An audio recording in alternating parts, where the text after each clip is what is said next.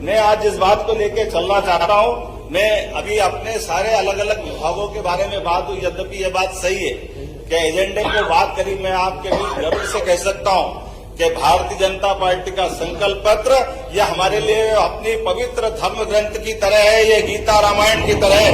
एक एक अक्षर से 5 साल तक हम अपने इस एजेंडे को लेकर आए सरकार बनाने के लिए।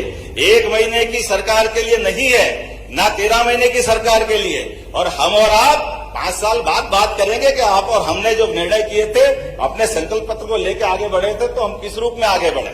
मैं आज आपके लिए खास करके 2-3 चीजें आपके सामने बताना चाहूंगा कि राज्य की सरकार होती है मूलभूत सुविधाओं के लिए, उस पर भी हम काम कर रहे हैं। लेकिन सरकार अपने प्रदेश का मान, देश का मान और भारतीय सनातन संस्कृति का मान दुनिया में बढ़े, इसके लिए भी काम करने की आवश्यकता है। और मुझे इस बात की प्रसन्नता है, ऐसे कई विषयों को लेकर के जब से हमारी सरकार बनी, ऐसे कई एजेंडों को लेकर हम आगे चल रहे हैं। आपकी जानकारी के लिए बताएं, आज से 300 साल पहले तक दुनिया में भारत का टाइम स्टैंडर्ड दुनिया में माना जाता था।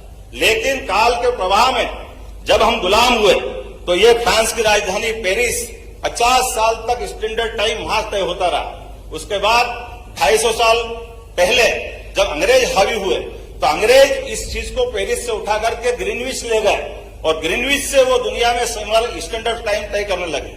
अब ये आप अंदाज लगा लें, कहने के लिए हम पूर्व के देश है, वो पश्चिम के देश है, और ये जो समय की गणना का केंद्र है, आप कभी अंदाज लगा लो आज भी कितनी बड़ी विसंगति है। आप उमंग भाई बताइए, यहाँ दुनिया में 2 प्रकार के ही प्राणी पाए जाते हैं। एक प्राणी जो सूर्यास्त से अपनी दिनचर्या चालू करते और अपने सूर्यास्त के बाद अपने सूर्योदय से चालू करते, सूर्यास्त में खत्म करते। दूसरे प्राणी रात्रि या निशाचर वाले हैं। लेकिन मध्य रात्रि में कौन से प्राणी अपनी दिनचर्या चालू करते हैं? ये मध्य रात्रि में 12 बजे दिन बदलेगा, इसका कौन सा स्टैंडर्ड, ये कौन सा पैमाना है? लेकिन ये वो पैमाना है जिस पैमाने को मैं थोड़ा सा आपके सामने बताना चाहूंगा। ये वो पैमाना है जिसके माध्यम से भारतीय संस्कृति को लज्जित करने का प्रयास किया। मैं अभी अपने विषय पे आ रहा हूं भैया, अभी खत्म नहीं कर रहा हूं। आपको भी मौका दूंगा, आप अपनी आंखों से जाके देखना। 21 जून और 22 दिसंबर दिन के 12 बजे उज्जैन की ऑब्जर्वेटरी में जाना।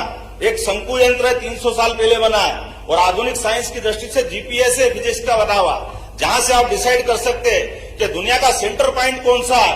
आपको गर्व होगा वो उज्जैन और डोंगला है, जहां पे 23.26 अंश मिलेगा। लेकिन ये हमारे आधुनिक साइंस के आप उपकरण भी बता रहे हैं जो हजारों साल से हमारे पूर्वज जानते थे। ऐसे गौरवशाली चीज को हम विस्मृत करके केवल पश्चिमानुकरण जो करने लगे, उस काल के प्रवाह के चक्र को बदलते हुए उस ऐसे रहस्यों को भी सबके सामने लाने का काम हमारी सरकार कर रही है।